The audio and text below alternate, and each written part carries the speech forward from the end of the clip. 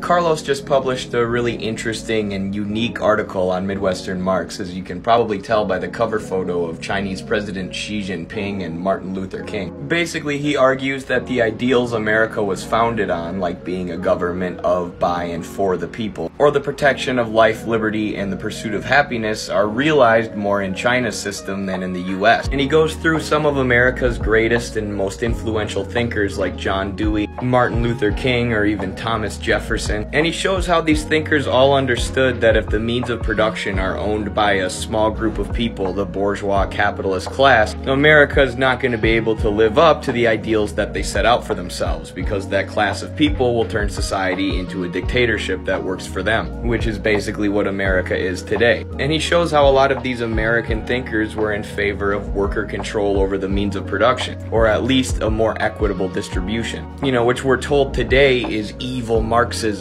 or socialism, which is anti-American. And Carlos shows that if you still think that, well, a lot of America's greatest thinkers would disagree with you. And socialism, as well as existing socialist countries like China, have been demonized by that small capitalist ruling class because they don't want you to realize that more worker control over the means of production is the only way to fix the ills of capitalist society. The link to this and all our other articles can be found in the link tree in our bio.